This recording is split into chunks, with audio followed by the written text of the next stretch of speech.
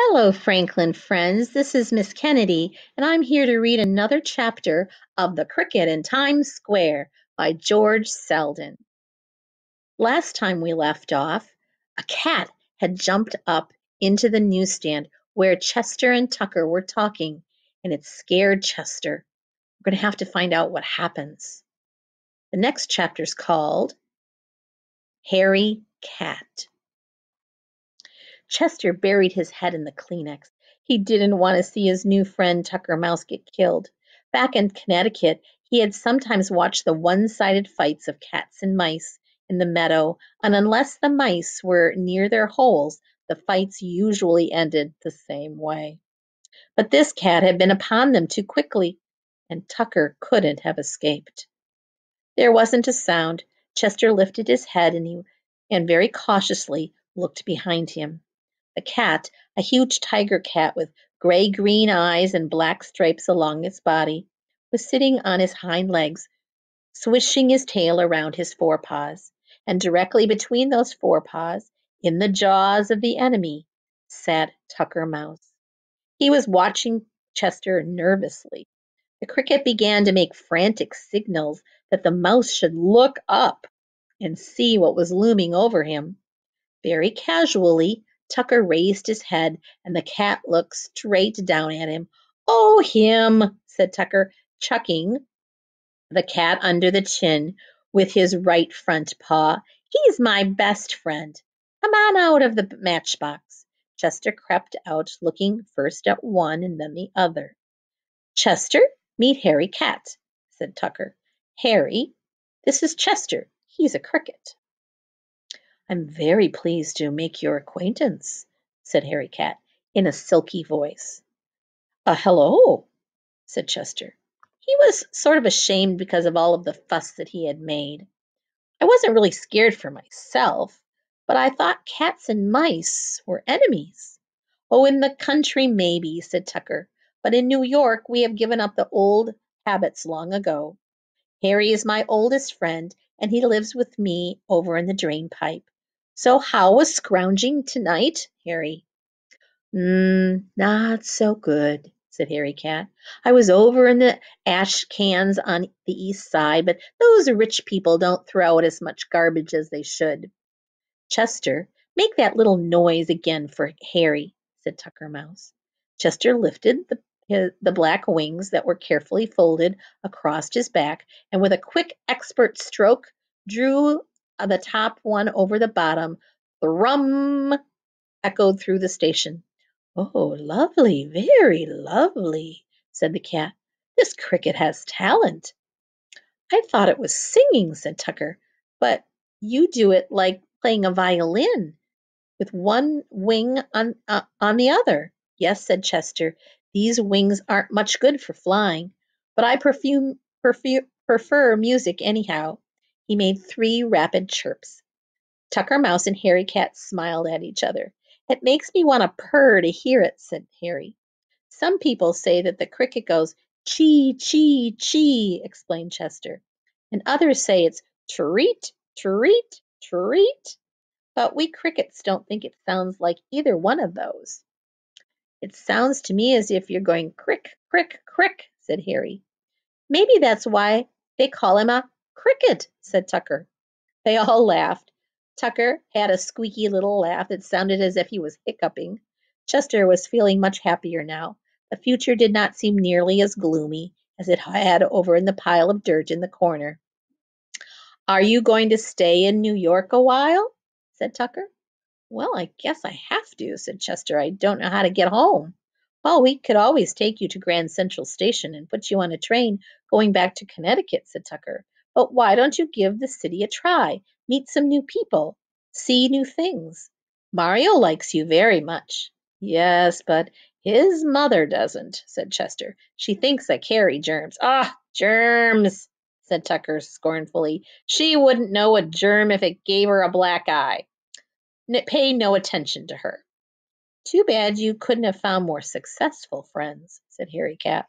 "I fear for the future of this newsstand." It's true," echoed Tucker sadly. "They're going broke fast." He jumped up on a pile of magazines and read off the names of the half light that slanted through the cracks in the wooden cover. Art, news, musical America. Who would read them but a few long hairs? I don't understand the way that you talk, said Chester. Back in the meadow, he had listened to bullfrogs and woodchucks and rabbits and even a few snakes, but he had never heard anyone speak like Tucker Mouse. What is a long hair?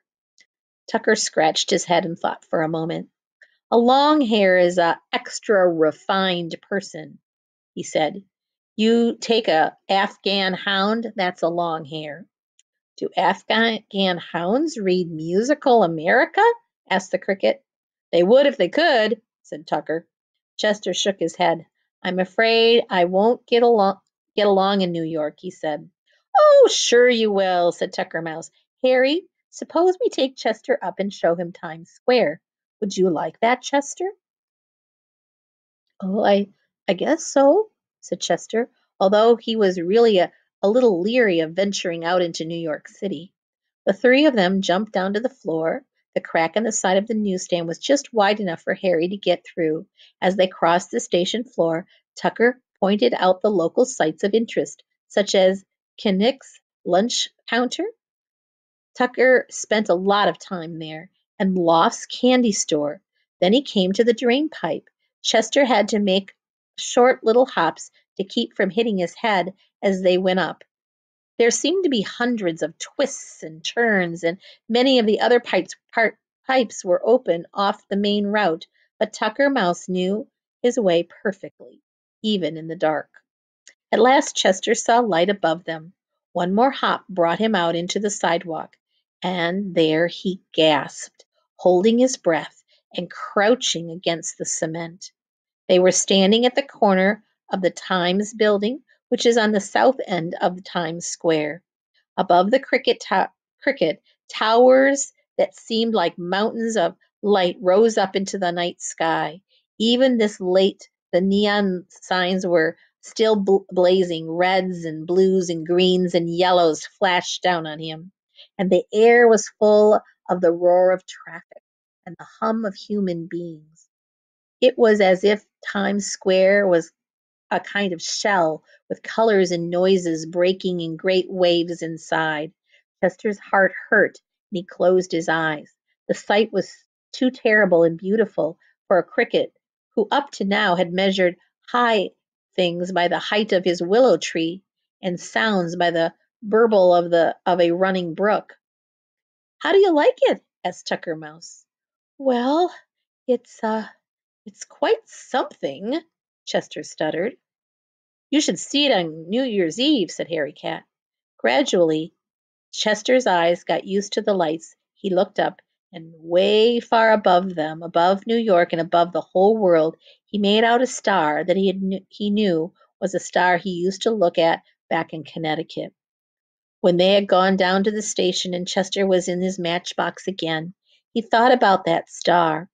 It made him feel better to think that there was one familiar thing twinkling above him amid so much that was new and strange.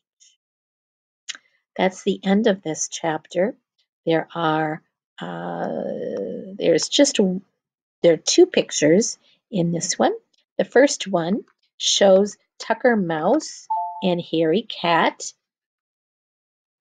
in the newsstand. Oopsie. Oops, I hit it. There we go. Right there. Being introduced to Harry Cat.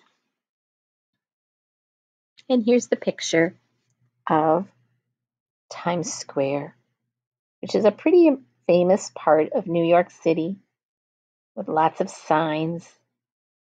And if you look at the very bottom of the picture, you can see the three characters.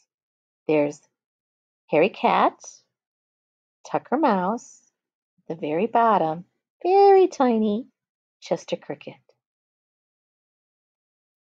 That's the end of that chapter. I'll read with you another time, so I'll say goodbye for now.